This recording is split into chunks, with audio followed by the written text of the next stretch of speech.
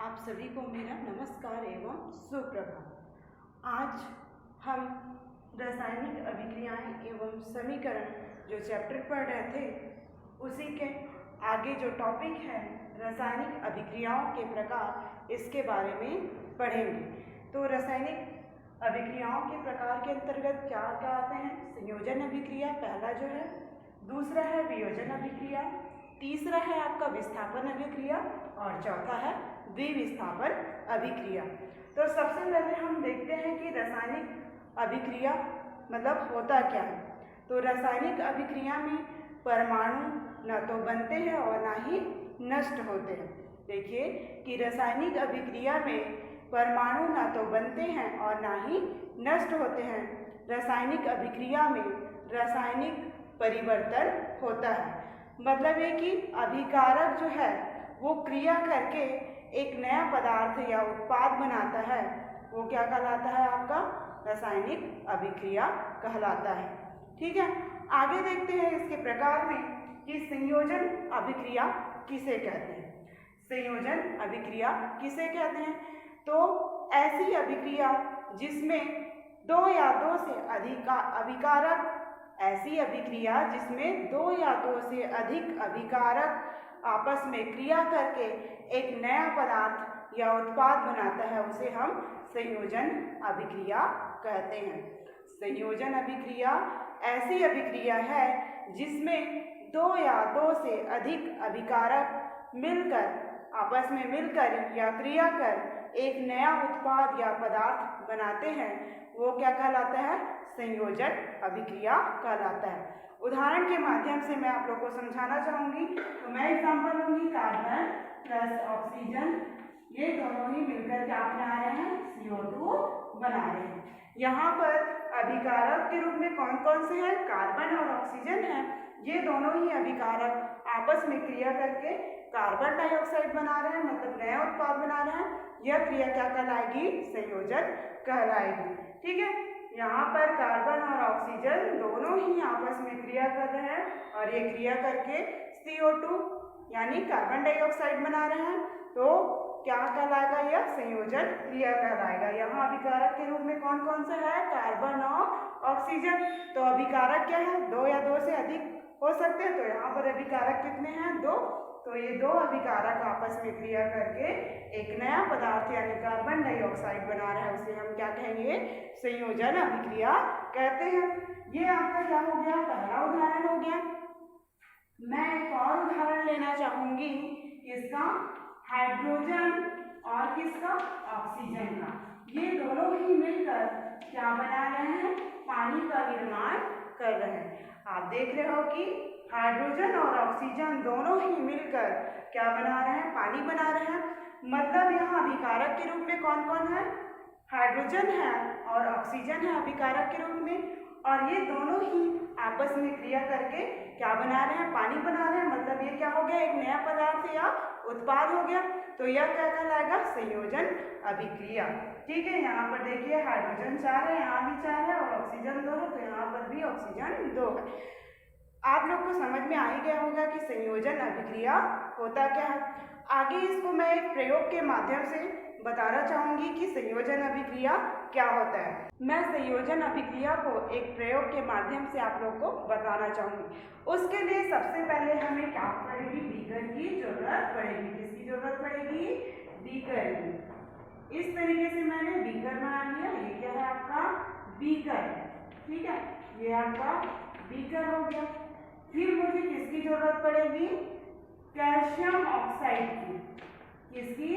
Calcium oxide यानी बिना बुझा हुआ चूना, जिसको हम क्या बोलते हैं? Calcium oxide.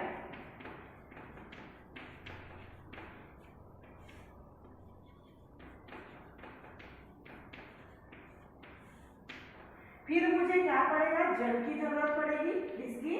जल की जरूरत पड़ेगी। किसकी? जल की।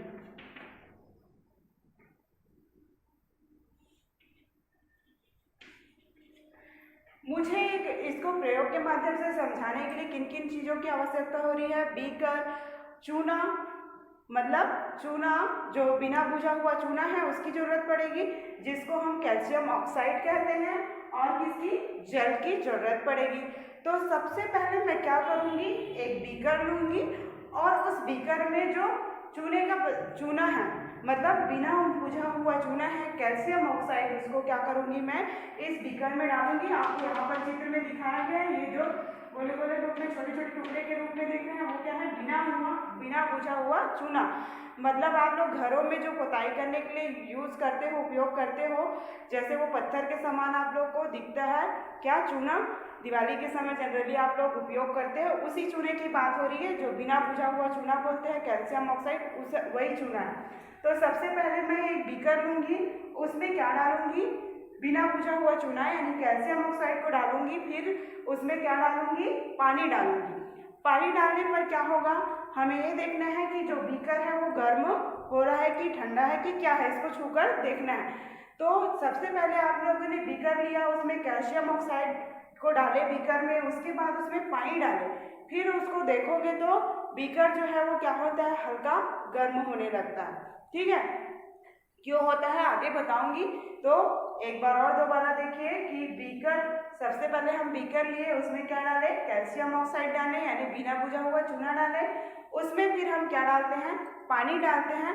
तो उससे क्या होती है, आपस में किसके किसके बीच क्रिया होती है, ये जल और कैल्शियम ऑक्साइड के बीच बहुत अधिक तीव्रता के साथ अभिक्रिया होती है। किसके किसके बीच, ये जल और कैल्शियम ऑक्साइड के बीच बहुत अधिक तीव्र गति से अभिक्रिया होती है, जो क्या होती है, कैल्शियम हाइड्रोक्साइड का निर्माण करती है। यानी बिना बुझा हुआ किस चूना क्या होता है, वो तो कैल्शियम ऑक्साइड है, लेकिन यहाँ पर किसका निर्माण हुआ है, चूने का पानी या बुझा हुआ चूना, जिसको हम कैल्शियम हाइड्रोक्साइड कहते हैं, उसका निर्माण होता है और बहुत अधिक ऊष्मा उत्पन्न होता है। एक बार और देख लीजिए कि कैसे कैसे करते हैं। शुरू से संयोजन अभिक्रिया क्या होता है, वे अभिक्रियाएं जिसपे दो या दो से अधिक अभिकारक आपस में क्रिया करके एक नए पदार्थ का निर्माण करते हैं, उसे हम क्या कहते हैं, संयोजन अभिक्रिया कहते हैं। उदाहरण के रूप में मैंने कार्बन और ऑक्सीजन को लिया है, जिसमें दोनों ही कौन कौन से, कार्बन और ऑक्सीजन अभिकारक के रूप में है यहाँ पर, और ये दोनों ही आपस में क्रिया करके एक नया पदार्थ बना रहा है कार्बन डाइऑक्साइड। यह कौन सी क्रिया हो गई, संयोजन क्रिया। उसके अलावा फिर दूसरा उदाहरण भी लिया है मैंने, किसका लिया है, हाइड्रोजन और ऑक्सीजन का। ये दोनों ही आपस में मिलकर किसका निर्माण कर रहे हैं, पानी बना रहे हैं। तो यहाँ पर अभिकारक के रूप में कौन कौन है, हाइड्रोजन और ऑक्सीजन। तो ये दो अभिकारक है, दोनों ही मिलकर नया उत्पाद क्या बना रहे हैं, पानी बना रहे हैं। तो ये भी क्रिया क्या कहलाएगी, संयोजन अभिक्रिया कहलाएगी। इसको हम प्रयोग के माध्यम से भी देखें तो उसके लिए हमें बीकर, बिना बुझा हुआ चूना यानी कैल्शियम ऑक्साइड और जल की आवश्यकता होगी। तो सबसे पहले हम क्या लेंगे, बीकर लेंगे, उसमें कैल्शियम ऑक्साइड डालेंगे, फिर उसमें पानी डालेंगे और बीकर को छूकर देखेंगे तो क्या होगा, हल्का सा गर्म होगा। क्यों होगा, क्योंकि यहाँ पर जो है जल और कैल्शियम ऑक्साइड की जो क्रिया होती है, विक्रिया, वो बहुत तेजी से होती है और ये कैल्शियम हाइड्रोक्साइड का निर्माण करती है और ऊष्मा उत्पन्न करती है। आइए इसको हम समीकरण के माध्यम से समझते हैं कि कैसे प्रक्रिया को किसके बीच, जो कैल्शियम ऑक्साइड और जल के बीच जो क्रिया होती है उसको समीकरण के माध्यम से समझते हैं। तो सबसे पहले मैंने बीकर में क्या लिया है, कैल्शियम ऑक्साइड, प्लस उसके बाद क्या लिया है, जल, तो H2O। ये दोनों ही आपस में क्रिया करके क्या बना रहे हैं, कैल्शियम हाइड्रोक्साइड बना रहे हैं। देखिए समीकरण संतुलित है कि नहीं, यहाँ कैल्शियम एक है तो यहाँ पर भी एक है। ऑक्सीजन कितना है, दो है ऑक्सीजन, एक और एक, ये दो ऑक्सीजन हो गए तो यहाँ पर भी दो ऑक्सीजन है। हाइड्रोजन कितने हैं, तो हाइड्रोजन भी दो है। इस प्रकार से कैल्शियम ऑक्साइड और पानी आपस में क्रिया करके क्या बना रहे हैं, कैल्शियम हाइड्रोक्साइड बना रहे हैं। और यहाँ पर अभिकारक के रूप में कौन कौन सा है, कैल्शियम ऑक्साइड और पानी है, और उत्पाद के रूप में क्या कर रहा है आपका, कैल्शियम हाइड्रोक्साइड। तो ये क्रिया क्या हो गई, संयोजन क्रिया हो गई, संयोजन अभिक्रिया हो गई। ठीक है, आगे देखते हैं वियोजन अभिक्रिया किसे कहते हैं। तो वियोजन अभिक्रिया है वो क्या होता है, संयोजन अभिक्रिया के ठीक विपरीत होता है, मतलब उसके उल्टे होते हैं। यहाँ पर संयोजन में क्या हो रहा था, दो या दो से अधिक अभिकारक मिलकर क्या बना रहे थे, अभिक्रिया करके एक नया पदार्थ बना रहे थे, जिसको हम संयोजन कह रहे थे। लेकिन यहाँ वियोजन में क्या होगा, वियोजन अभिक्रिया को टूटने वाली अभिक्रिया भी कहते हैं। तो वियोजन अभिक्रिया में क्या होती है? वे अभिक्रिया, वियोजन अभिक्रिया ऐसी अभिक्रिया जिसमें एकल उत्पाद क्या होता है? एकल उत्पाद दो या दो से अधिक अभिकारक का निर्माण करते हैं, वो क्या कहलाते हैं? वियोजन अभिक्रिया कहलाती है। संयोजन अभिक्रिया के ठीक उल्टा ही वियोजन अभिक्रिया होता है। इसमें क्या होता है? जो एकल उत्पाद होता है वो क्या होता है? दो या दो से अधिक अभिकारक का निर्माण करता है, तो वो क्या कहलाता है? वियोजन अभिक्रिया कहलाता है। देखिए उदाहरण के रूप में मैं इसी उदाहरणों को लूंगी जिसमें क्या है, आप लोग देखोगे कि ये CO2 ये एकल उत्पाद है, वो क्या बनाएगा? दो अभिकारक बनाएगा। क्या बनाएगा? कार्बन और O2। ये क्या है? CO2 एक उत्पाद है, मतलब एकल उत्पाद है, तो ये टूटकर मतलब वियोजन होकर क्या बना रहे हैं? कार्बन और ऑक्सीजन। तो एकल उत्पाद दो या दो से अभिकारक बनाएगा या अभिकारक का निर्माण करेगा, तो वो क्या कहलाएगा? वियोजन अभिक्रिया कहलाती है। दूसरा एग्जाम्पल मैं ले लेती हूँ, H2O। जैसे हो गया ये हाइड्रोजन H2 प्लस O2। तो इस प्रकार से आप देख रहे हो पानी भी एकल उत्पाद है, तो ये टूटकर यानी वियोजित होकर क्या बन रहे हैं? हाइड्रोजन और ऑक्सीजन दो अभिकारक के रूप में परिवर्तित हो रहा है, तो यह अभिक्रिया क्या कहलाएगी? वियोजन अभिक्रिया कहलाएगी। इसको भी हम एक प्रयोग के माध्यम से भी समझ सकते हैं कि वियोजन अभिक्रिया किसे कहते हैं। तो सबसे पहले हमें क्या करना पड़ेगा? एक परख नली की जरूरत पड़ेगी, ठीक है, एक परख नली की जरूरत पड़ेगी। आता हमारा वियोजन अभिक्रिया, जिसको हम क्या है इस प्रयोग के माध्यम से समझते हैं। जैसे पहले भी बता चुकी हूँ कि वियोजन अभिक्रिया क्या है? संयोजन अभिक्रिया के ठीक विपरीत है। मतलब इसमें जो है एकल उत्पाद है वो टूटकर दो या दो से अधिक अभिकारक बनाते हैं, तो ये क्या कहलाता है? वियोजन अभिक्रिया कहलाता है। इसके लिए मैं एक प्रयोग के माध्यम से इसको समझाना चाहूँगी। जैसे हम सबसे पहले क्या लेंगे? एक परख नली लेंगे। यहाँ चित्र में दिख रहा है ये आपका परख नली है, ये क्या है? आपका होल्डर है, और ये क्या है? आपका सोडियम हाइड्रोजन कार्बोनेट है। जो छोटे छोटे टुकड़े के रूप में दिख रहे हैं वो सभी क्या है? हाइड्रोजन कार्बोनेट है। और ये क्या है? आपका स्प्रिटलर। तो सबसे पहले हम क्या करेंगे? ये परख नली है, इसमें सोडियम हाइड्रोजन कार्बोनेट को लेंगे। क्या लेंगे? इस परख नली में हम सोडियम हाइड्रोजन कार्बोनेट को लेंगे और चिमटी की सहायता से परख नली को पकड़कर हम ये स्प्रिट लैंप के द्वारा उसको गर्म करेंगे। गर्म करने पर देखेंगे और गर्म करेंगे, उसके बाद यहाँ पर माचिस की जो तीली है ये दिख रही है आपको, ये जलते हुए माचिस की तीली को जब इसके पास में ले जाते हैं तो क्या हो जाता है? बुझ जाता है।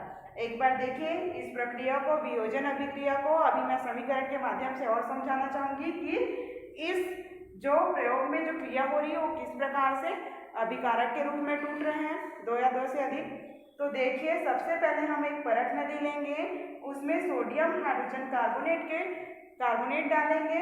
उसके बाद इस परख नली को हम होल्डर की सहायता से पकड़कर स्प्रिट लैंप की सहायता से उसको गर्म करेंगे और उस परख नली के मुंह के पास जब हम माचिस की तीली को जला कर ले जाएंगे तो वो क्या हो जाता है? बुझ जाता है। अब हमने सबसे पहले क्या, आइए हम इस वियोजन अभिक्रिया को समीकरण के माध्यम से समझते हैं। तो यहाँ पर मैं किसका एग्जाम्पल ले रही हूँ? जो इस प्रयोग में हुआ है, हमने क्या लिया था? Sodium hydrogen carbonate.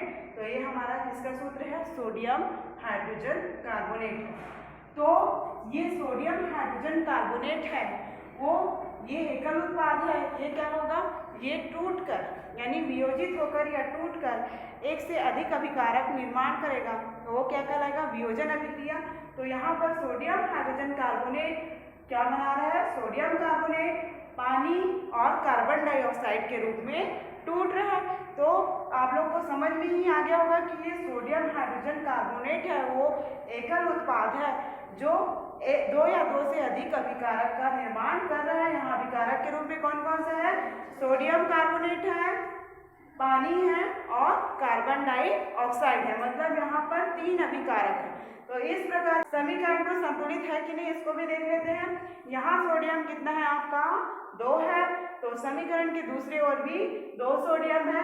हाइड्रोजन कितना है, यहाँ कुछ नहीं है, मतलब एक है, तो इसका और इसका इंटू होगा तो 2 हाइड्रोजन है, तो यहाँ पर भी आपका 2 हाइड्रोजन है।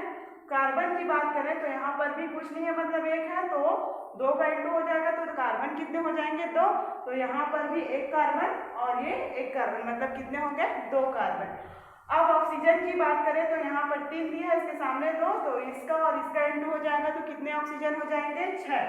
तो हम देखेंगे कि समीकरण के दाईं ओर 6 ऑक्सीजन है कि नहीं, तो यहाँ पर 3 ऑक्सीजन, 1 ऑक्सीजन यहाँ 4 हुआ और 2 ऑक्सीजन यहाँ 6। इस प्रकार से ये समीकरण भी संतुलित है।